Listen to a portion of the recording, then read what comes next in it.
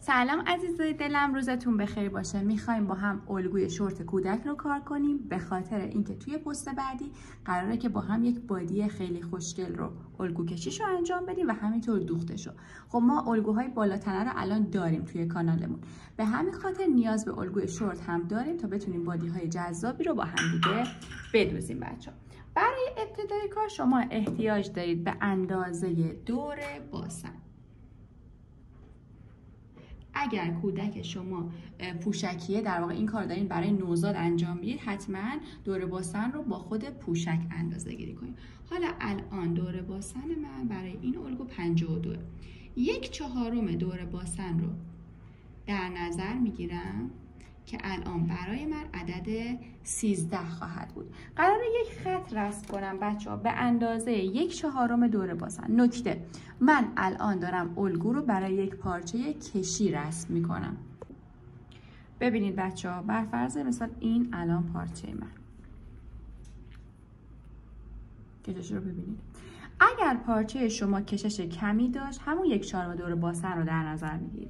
اگر کشش بیشتری داشت، میتونید 1/4 دور باسن رو منهای 2، منهای 3، منهای 4، منهای 5، منهای 6، حتی این مقدار تا منهای 10 هم میتونه بره. برای این کشش من میام 1/4 دور باسن رو منهای عدد 3 میکنم. منهای 2 هم میتونم بکنم و میام یک خط رسم میکنم.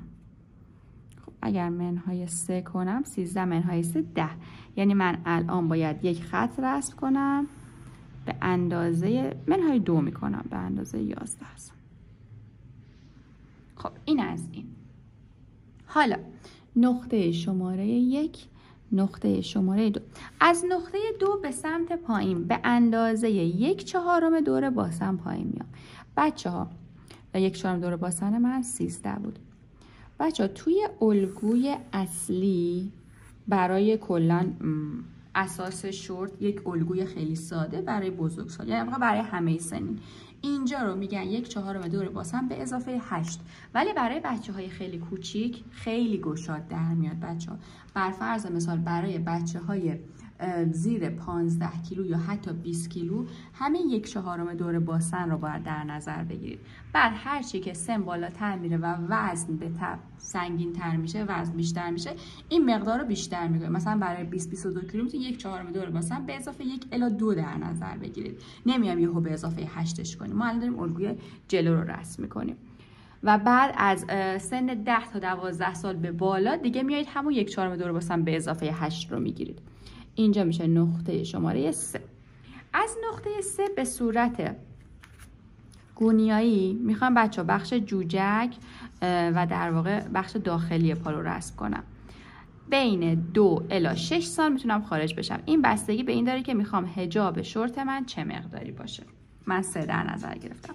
از نقطه 1 به سمت پایینم به اندازه 3 الی 12 سال میتونم بیام پایین که من الان عدد 5 رو در نظر میگیرم. این پهلوی کار منه.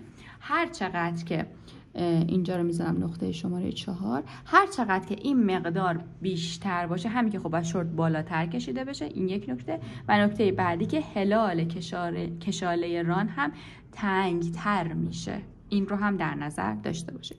اینجا رو میذارم نقطه شماره 5. حالا 4 و 5 رو به هم وصل میکنم.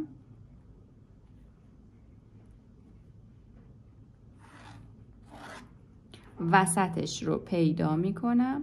از وسط به اندازه 1.5 الی 2.5 یا حتی یه موقعی 3 سانت میتونم برم بالا. من 2 میگیرم و بعد به این شکل هلال رو در واقع 4 باید به 5 وصل بشه، در صورتی که از این مقداری که ما اینجا در نظر گرفتیم هم رد بشه. خب این شد الگوی جلو. حالا برای پشت. برای پشت رو میخوام روی همین در نظر بگیرم. از نقطه 2 به سمت پایین توی الگوی اصلی میگه 1/4 دور باسن به اضافه 12. ولی این مقدار باز برای بچهای کوچیک خیلی زیاده. پس در حالتی که شما برای جلو، این خط وسط جلوه، برای وسط جلو اومدین 1/4 دور باسن گرفتیم، برای پشت میان 1/4 دور باسن به اضافه 8 در نظر میگیرید. بعد به همین شکل هر چی که به جلو اضافه کردین به پشتم اضافه میکنید. اگر به جلو برای سن خودتون 2 سانت اضافه کردید به پشتم 2 سانت اضافه میکنید. و برای بالای 10 سال برای جلو 1/4 دور باسن به اضافه 8، برای پشت 1/4 دور باسن به اضافه 12 در نظر میگیرید. نقطه شماره 6 دوباره بخش جوجک هر چقدر در جلو من در نظر گرفتم در پشت هم همین. در جلو 3 سانت گرفتم، در پشت هم 3 سانت در نظر میگیرم. نقطه شماره 7. بچه ها این الگو الان جوجک جدا نداره، در واقع 3 تکه نیست، قسمت جلو و قسمت پشت به هم دیگه وصل میشه. خب پهلوی کارم که میشه دقیقاً همون، پهلو به پهلو وصل میشه و دقیقاً همون مقدار رو داریم.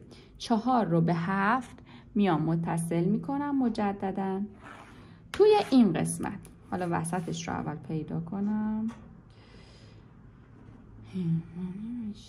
اینجا توی این قسمت هم میتونم نیم الا 1.5 سانت داخل بشم که من میام 1 سانت داخل میشم، هم میتونم نیم سانت خارج بشم، فرقی نمیکنه، هر جوری که دلم میخواست دیزاین و طراحی من باشه. که حالا الان میام اینو رسم میکنم، هم خارجش و هم داخلش رو به این شکل. هم با خطکش میتونید این کارو بکنید و هم با دست. اگر بخواد به سمت داخل باشه اینجوری، اگرم بخواد به سمت خارج باشه